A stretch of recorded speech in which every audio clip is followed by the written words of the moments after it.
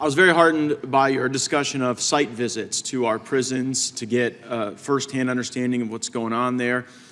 Sometimes members of Congress have had challenges doing that. Could you give us some advice if we wanted to glean those benefits and get that firsthand experience? What's the best way for us to go about that with your team? Thank you, Congressman. So if you have your team reach out to our Office of Legislative Affairs, we will be happy to make that arrangement. Thank you so much.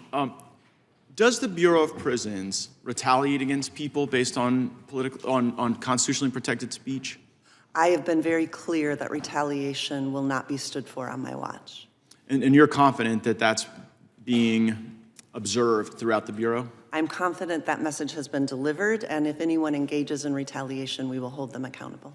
Are you familiar with the matter of John Strand?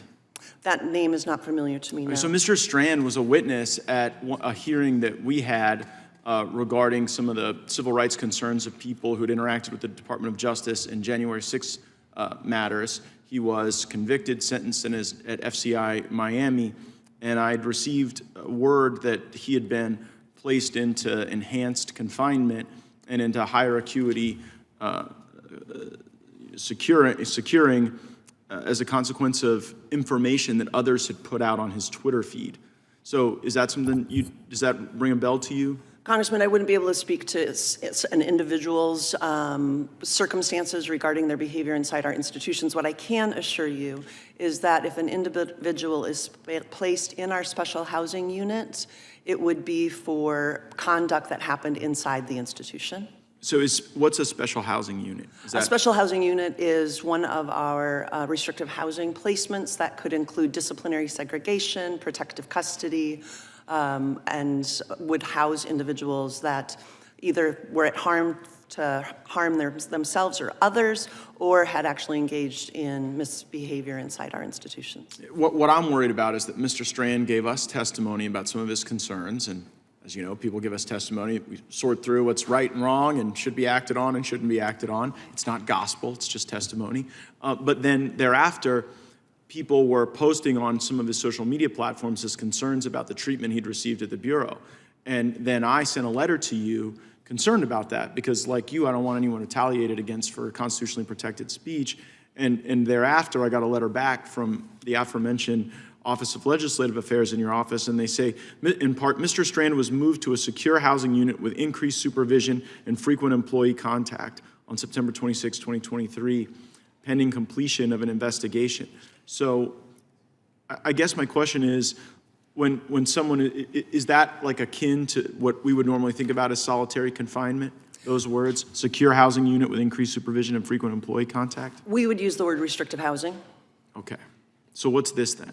Because this guy's a non-violent, he was never violent toward anyone, so I'm just wondering why the assets that we fund for the highest acuity violent people would be used for this purpose.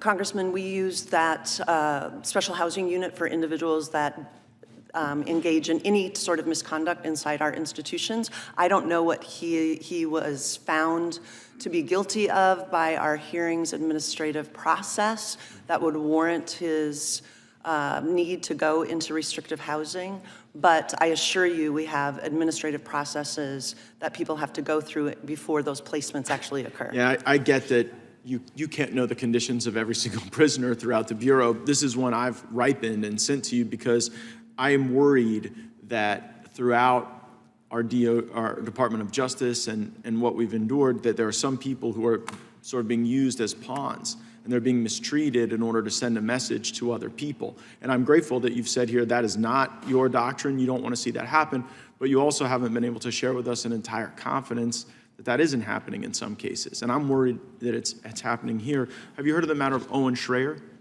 No, that name is not familiar to me. Very similar fact pattern. You know, somebody who'd sort of spoken out, was prominent in the public, was convicted as a consequence of activities on January 6th, and now feels as though there's specific Bureau of Prison retaliation. I don't think any group of people should be retaliated against, so I look forward to taking you up on the offer to perhaps go and do some site visits and see how people are being treated and get that information directly. So I hope I get prompt cooperation from OLA.